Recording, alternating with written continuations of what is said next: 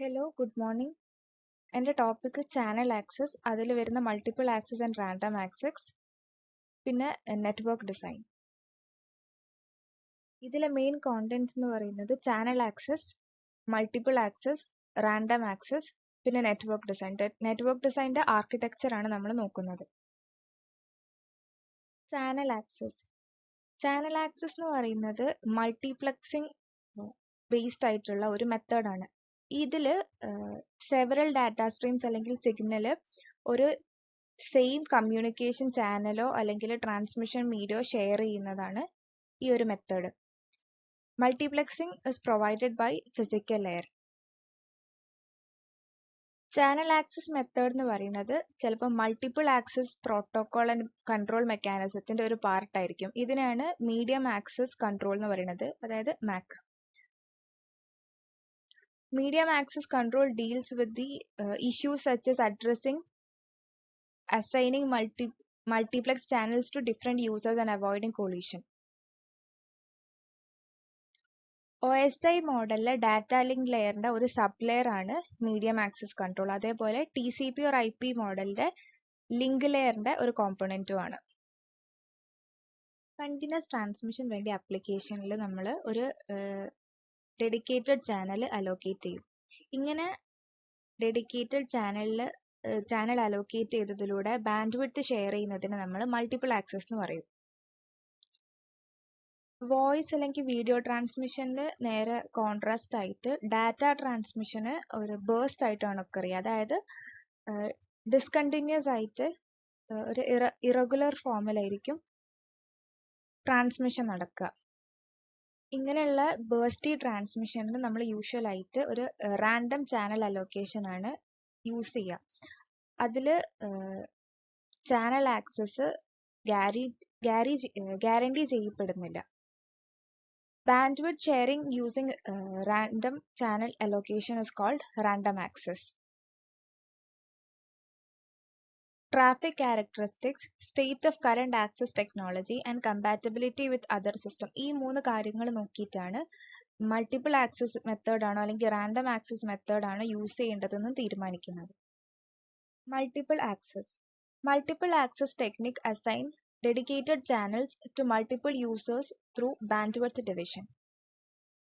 Dedicated channels multiple യൂസേഴ്സിന് assign ചെയ്യുന്നത് bandwidth ഡിവിഷനിലൂടെയാണ്. ഈ ഒരു division of spectrum include frequency division FDMA, time division TDMA, code division CDMA and combination of these method. FDMAയിൽ total system bandwidth orthogonal channels ആയിട്ട് divide ചെയ്യും. ഈ orthogonal channels എന്ന് പറഞ്ഞാൽ non overlapping in frequency and are allocated to different users. In TDMA, time is divided into non-overlapping time slot that are allocated to different users. CDMAയിൽ time and bandwidth are simultaneously used by different users, modulated by orthogonal or semi-orthogonal spreading codes. Orthogonal spreading codes വെച്ചിട്ട് റിസീവറിന് അതിന് വേണ്ട സിഗ്നൽസിനെ other CDMAന്ന് separate ചെയ്തെടുക്കാൻ പറ്റും with no residual interference between users. Only finite number of orthogonal spreading codes exist for any given signal bandwidth. Semi orthogonal spreading codes വെച്ചിട്ട് നമുക്ക് complete ആയിട്ട് signals different യൂസേഴ്സിൻ്റെ ഇടയിൽ സെപ്പറേറ്റ് ചെയ്തെടുക്കാൻ പറ്റൂല. അതുകൊണ്ട് തന്നെ യൂസേഴ്സിൻ്റെ ഇടയിൽ ഒരു കുറച്ച് ഇന്റർഫറൻസ് റിമൈനിങ് ആയിട്ടുണ്ടാവും. There is no hard limit on how many semi-orthogonal codes exist within a given signal bandwidth, and this property is called soft capacity. ഒരു given signal bandwidthൽ എത്ര സെമി ഓർത്തോഗോണൽ കോഡ്സ് എക്സിസ്റ്റ് ചെയ്യാന്നുള്ളതിൽ ഒരു hard limit ഇല്ല. ഈ ഒരു പ്രോപ്പർട്ടീനാണ് soft capacity എന്ന് പറയുന്നത്. Multiple access ടെക്നിക്സിന്റെ കൂട്ടത്തിൽ least complex ആയിട്ടുള്ളത് FDMA ആണ്. TDMA FDMAനേക്കാൾ കുറച്ചും കൂടെ കോംപ്ലക്സ് ആണ്, കാരണം it require timing synchronisation among all users. In addition, orthogonality of users in TDMA is significantly degraded by ISI, since a signal transmitted in one time slot will interfere with subsequent time slot due to the multipath delay spread. Multiple access സ്കീമിലെ ഏറ്റവും complex ആയിട്ട് വരുന്നത് semi orthogonal CDMA ആണ്. Due to the inherent complexity of spread spectrum in general and additional complexity of separating out different semi-orthogonal CDMA users. TDMAയിലും FDMAയിലും ഒരു given bandwidth share ചെയ്യുന്ന number of യൂസേഴ്സിന് ഒരു hard limit ഉണ്ട്. കാരണം ഇതിൽ channel is divided into orthogonal time or frequency slot, each of which can support only one user. Orthogonal CDMA also have this hard limit. Orthogonal CDMAക്കും ഈ ഒരു hard limit ഉണ്ട്. FDMAക്കും TDMAക്കും hard limit ഉണ്ട്. പക്ഷെ semi orthogonal CDMA has advantage of soft capacity. There is no absolute time limit on number of users. Semi-orthogonal codes interfere with one another. The performance of all users degrade as the number of users in the system increase. Number of users കൂടുന്ന സമയത്ത് performance കുറയും. Other CDMA ന്ന് വരുന്ന interference കുറയ്ക്കാൻ വേണ്ടിയിട്ട് നമുക്ക് smart antennas, interference cancellation and multi-user detection ഈ മൂന്ന് മെത്തേഡ്സ് ഇതുപോലത്തെ ടെക്നിക്സ് യൂസ് ചെയ്യാം. These techniques significantly increases the complexity of the system and exhibit poor practice. ഈ ഒരു ടെക്നിക്സ് യൂസ് ചെയ്യുന്ന സമയത്ത് സിസ്റ്റത്തിന്റെ കോംപ്ലക്സിറ്റി ഇൻക്രീസ് ചെയ്യുകയും ചെയ്യും, ഒരു പുവർ പ്രാക്ടീസ് എക്സിബിറ്റ് ചെയ്യുകയും ചെയ്യും. ഡെഡിക്കേറ്റഡ് ചാനൽ ആക്സസ് പ്രൊവൈഡ് ചെയ്യാത്ത സമയത്ത്, ചാനൽ ആക്സസ് ഗ്യാരണ്ടീഡ് അല്ലാത്ത സമയത്ത് നമുക്കൊരു റാൻഡം ആക്സസ് പ്രോട്ടോകോൾ റിക്വയർഡ് ആണ്. ഈ ഒരു random access protocol is based on packetized data transmission and typically falls under two category. Random access protocol മെയിനായിട്ട് രണ്ട് കാറ്റഗറിയാണ്. ഒന്ന് ALOHA technique and reservation or demand assignment protocol. Pure ALOHA ടെക്നിക്കിൽ എപ്പോഴൊക്കെ data available ആണോ അപ്പോഴൊക്കെ ട്രാൻസ്മിറ്റർ ചാനലിലൂടെ data packets send ചെയ്യും. This leads to large number of data collision at the receiver. ഒരുപാട് അവൈലബിൾ ആയിട്ടുള്ള ടൈമിലൊക്കെ ഡാറ്റ സെൻഡ് ചെയ്യുന്നതുകൊണ്ട് റിസീവറിന്റെ സൈഡിൽ ഡാറ്റാസ് എല്ലാം കൂടെ കൊളീഷൻ നടക്കും. രണ്ടോ അല്ലെങ്കിൽ അതിൽ കൂടുതലോ പാക്കറ്റ്സ് ഒരേ സമയത്ത് റിസീവറിൽ എത്തുകയാണെങ്കിൽ കൊളീഷൻ നടക്കും. അപ്പം ഇങ്ങനെ ഒരു കൊളീഷൻ നടക്കുകയാണെങ്കിൽ നമുക്ക് ഓരോ പാക്കറ്റ്സ് ആയിട്ട് കറക്റ്റ് ആയിട്ട് ഡീകോഡ് ചെയ്തെടുക്കാൻ പറ്റൂല. Packets that collide must be resend at A later time. ഈ ഒരു കൊളൈഡ് ചെയ്ത ഡാറ്റാസ് നമ്മൾ പിന്നെ കുറച്ച് സമയം കഴിഞ്ഞ് പിന്നെയും റീസെൻഡ് ചെയ്യേണ്ടി വരും. The throughput of an Aloha channel defined as the rate at which packets are correctly received is low due to the high probability of collision. Throughput of an Aloha channel എന്ന് പറഞ്ഞാൽ rate at which packets are correctly received. Correct ആയിട്ട് receive ചെയ്യുന്ന പാക്കറ്റ്സിന്റെ rate ആണ് through output of Aloha channel എന്ന് പറഞ്ഞാൽ. ഈ ഒരു കൊളീഷന്റെ probability കൂടുതലായതുകൊണ്ട് ഈ ഒരു ത്രൂപുട്ട് ഓഫ് അലോഹ ചാനൽ കുറവായിരിക്കും.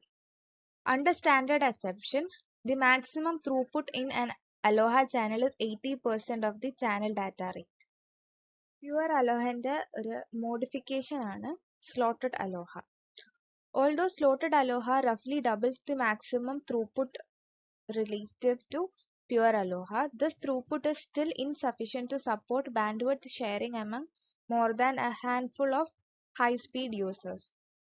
The number of collision in Aloha can be reduced by capture effect. Pure Aloha വരുന്ന number of collision കുറയ്ക്കാൻ വേണ്ടിയിട്ട് നമുക്ക് capture effect യൂസ് ചെയ്യാം. Due to power fall off with the distance of the transmitted signal, packet transmitted from a mobile that is far from the receiver typically causes just a small amount of interference to a packet transmitted from a closer location. so that despite a collision between these packets, the latter packet can be captured, that is received without error. Distance കൂടുന്നതിനനുസരിച്ച് നമ്മൾ transmit ചെയ്യുന്ന സിഗ്നലിന്റെ power കുറയും. അപ്പം നമ്മൾ അടുത്തുള്ള മൊബൈലിലേക്ക് നമ്മൾ transmit ചെയ്യുന്ന സിഗ്നലിനേക്കാൾ കൊളീഷന് ദൂരെയുള്ളതിലേക്ക് ട്രാൻസ്മിറ്റ് ചെയ്യുമ്പം കുറവായിരിക്കും. ദൂരെയുള്ളത് കുറേ എണ്ണത്തിന്റെ പവർ കുറയുന്നതുകൊണ്ട് റിസീവർ സൈറ്റിൽ എത്തുന്ന സമയത്ത് ടൈം ഡിഫറൻസ് വരും. പക്ഷെ അടുത്താവുന്ന സമയത്ത് ആ ഒരു എല്ലാത്തിനെയും പെട്ടെന്ന് റിസീവർ സൈറ്റിൽ എത്തുമ്പം ഒരു കൊളീഷൻ നടക്കും. Spread spectrum can also be combined with aloha to reduce collision. Since when packet modulated with P and spreading sequences collide, they can be separated out by a spread spectrum receiver. Aloha with carrier sensing is often used in wired network to avoid packet collision.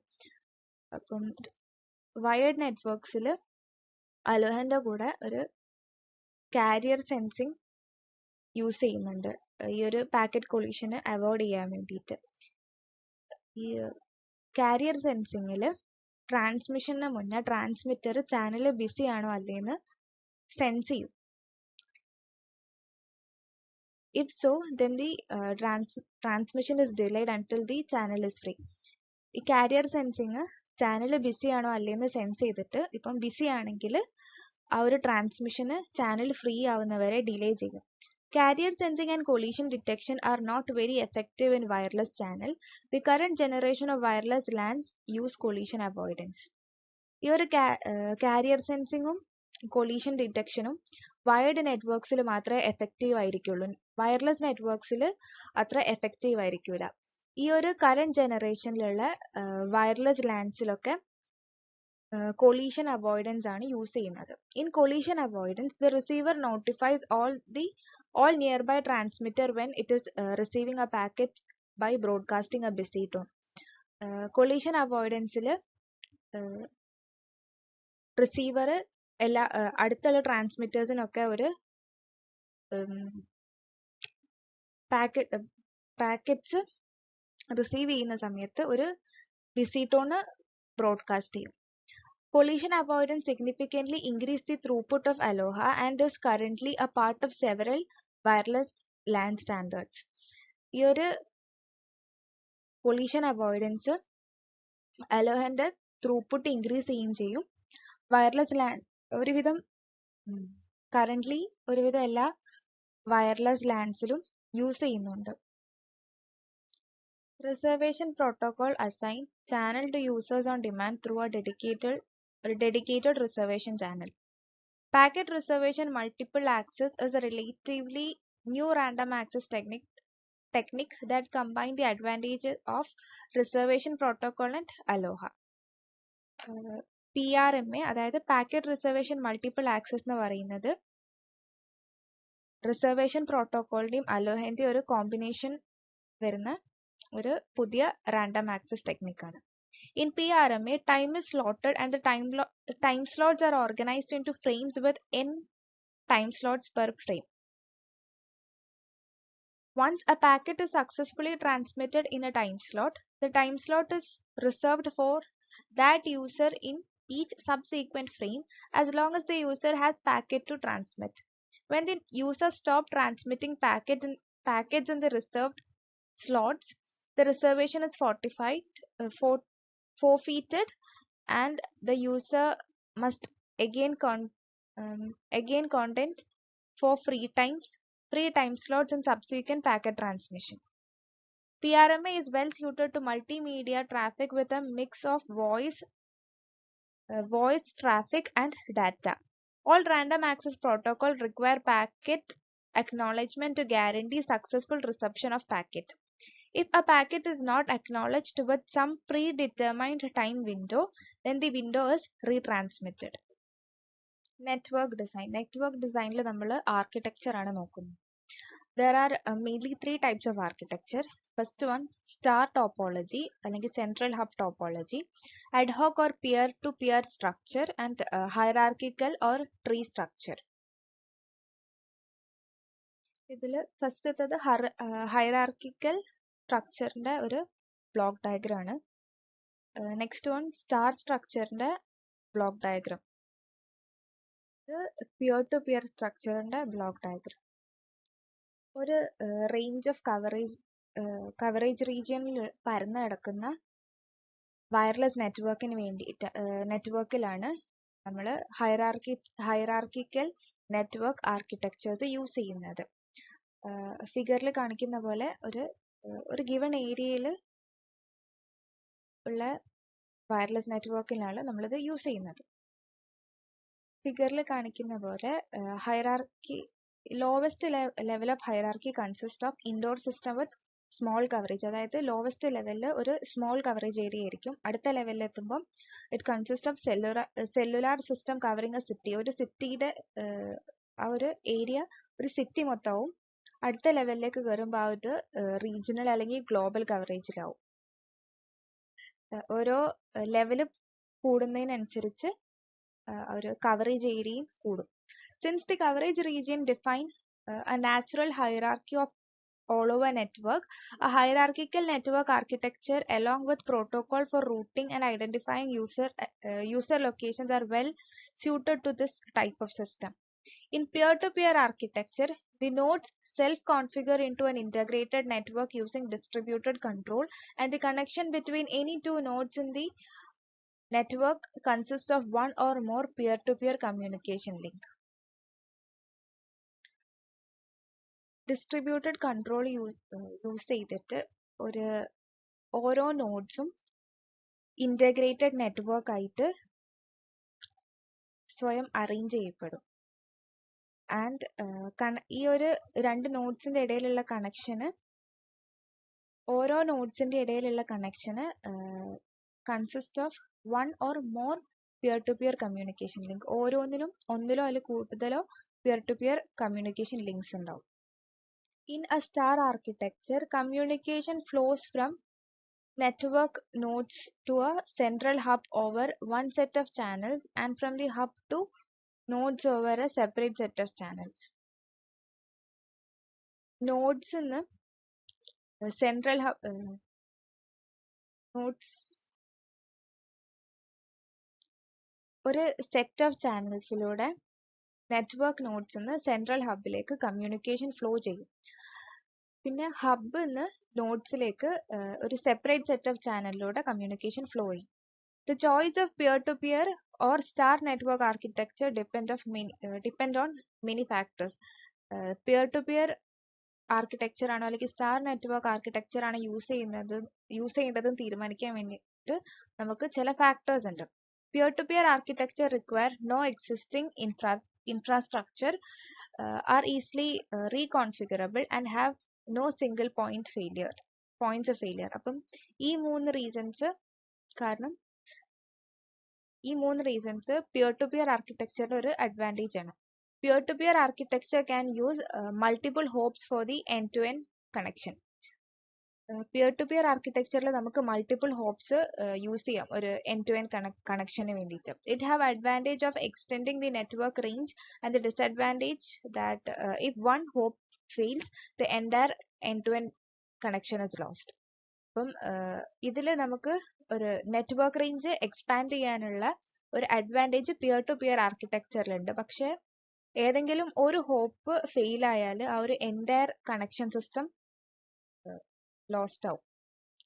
This disadvantage is mitigated by the fact that each node may have connection to many other nodes. So there may be multiple ways to form an end-to-end connection with any other user. These advantages make the peer-to-peer architecture the architecture of the choice in military system.